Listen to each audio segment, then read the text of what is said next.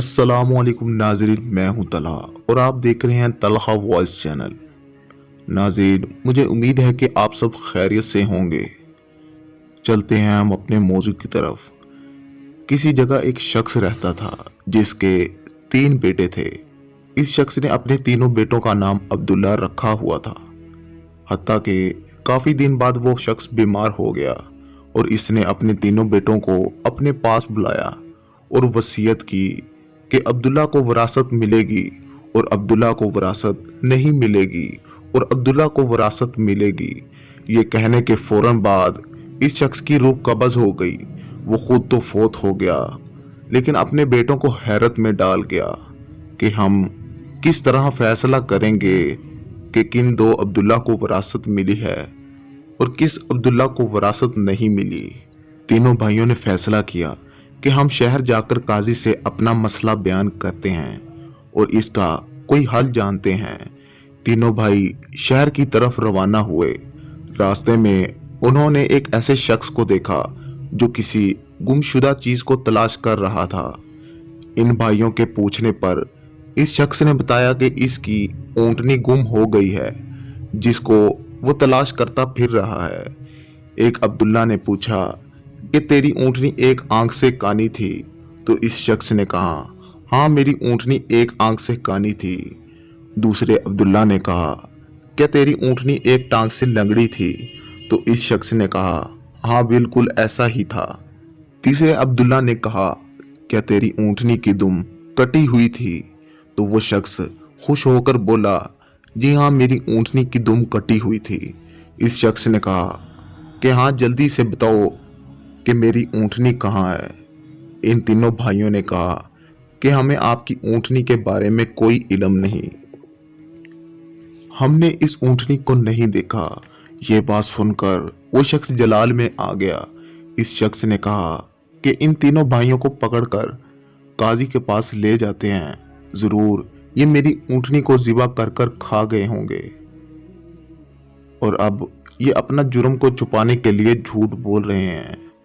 इन तीनों भाइयों ने कहा कि हमें कोई एतराज नहीं क्योंकि हम भी इस काजी के पास ही जा रहे हैं। जब वो शख्स और तीनों भाई काजी के पास गए तो ऊँटनी के मालिक ने अपना किस्सा बयान किया।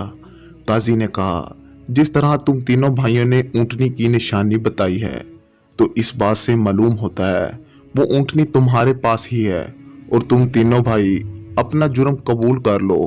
पहले भाई ने कहा कि हमने ऊँटनी को नहीं देखा, हाँ, अलबत्ता ऊँटनी के अज़ा ज़रूर देखे थे।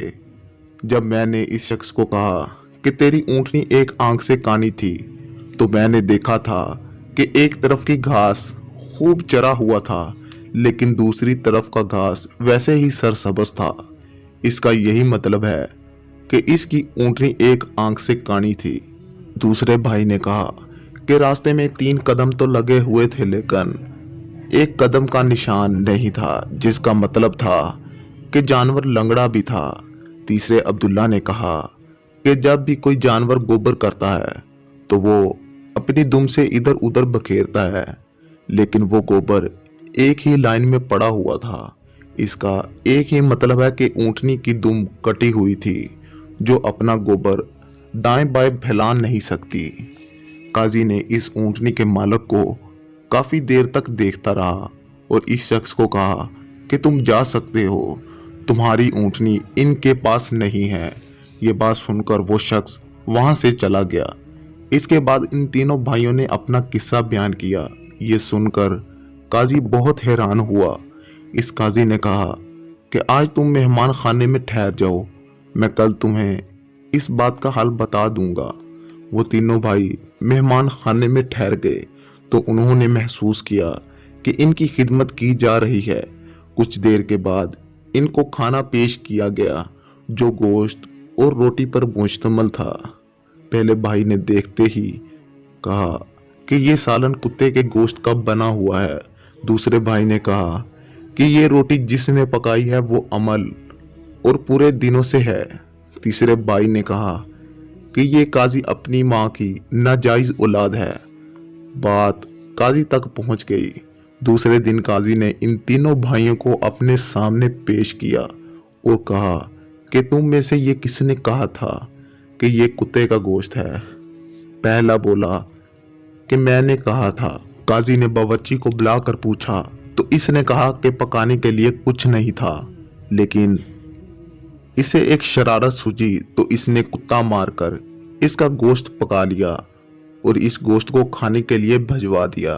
काजी ने पहले भाई से पूछा कि तुम्हें कैसे पता लगा कि ये कुत्ते का गोश्त है, तो इसने कहा गाय बकरी के गोश्त के नीचे कहीं कहीं चर्बी लगी होती है, लेकिन ये सारी चर्बी थी और कहीं कहीं गोश्त लगा हुआ था। काजी ने कहा कि तुम वो अब्दुल्ला हो जिसे अपने बाप के माल में से विरासत मिलेगी। काजी ने फिर मुखातब होकर कहा कि ये किसने कहा था कि ये रोटी जिसने पकाई है वो 9 माह हमल के साथ है और पूरे दिनों को है। तो ये बात सुनकर दूसरे भाई ने कहा कि ये बात मैंने कही थी। काजी ने कहा कि तुम्हें ये कैसे मालूम हुआ।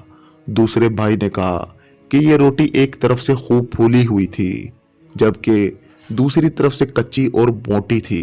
तो ये बात सुनकर काजी ने कहा कि तुम सच कहते हो, ये रोटियां जिसने पकाई हैं इससे ज्यादा झुका नहीं जाता और वो हामला है और रोटियां पकाने में तकलीफ महसूस करती है। काजी ने दूसरे भाई को कहा कि तुम अब्दुल्ला हो जिसे बाप के माल में से विरासत मिलेगा। फिर काजी ने कहा कि किसने कहा था कि मैं नाजायज औलाद हूं। तो तीसरे भाई ने कहा कि ये बात मैंने कही थी। तो ये बात सुनकर काजी उठकर अंदर गया और अपनी माँ से कहने लगा कि माँ, मैं क्या वाकई में तुम्हारी नाजायज औलाद हूँ? तो माँ ने हाँ में जवाब दिया। ये बात सुनकर काजी वापस इन तीनों भाइयों के पास आया और कहा कि तुम्हें कैसे मालूम हुआ कि मैं नाजायज औलाद हूँ? तो इस पर तीसरे अब्दुल्ला ने कहा कि अगर तुम जायज औलाद होते तो तुम मेहमान खाने में हम पर नौकर मुकर्रर ना करते और तुम हमें कुत्ते का गोश्त नहीं खिलाते और ना मजलूम औरत से कच्ची रोटियां पकवा कर हमें खिलाते। तो काजी ने कहा कि तुम वो औलाद हो और तुम वो अब्दुल्ला हो जिसे बाप की विरासत में से हिस्सा नहीं मिलेगा।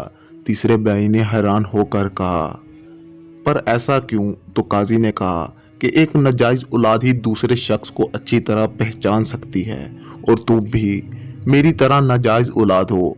विरासत पाने वाले भाई दोनों अपनी माँ के पास गए और अपनी माँ से पूछा कि हमारे तीसरे भाई का क्या माजरा है। तो माँ ने कहा कि तुम्हारा बाप नमाज पढ़ने के लिए गया तो इसे दरवाजे पर देखा तो तुम्हारा बाप इसे अपने साथ घर ले आया और इसका नाम भी अब्दुल्ला रख दिया और इसकी परवरिश की।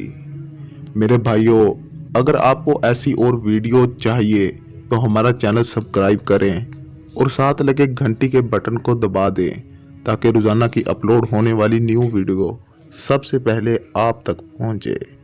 शुक्रिया।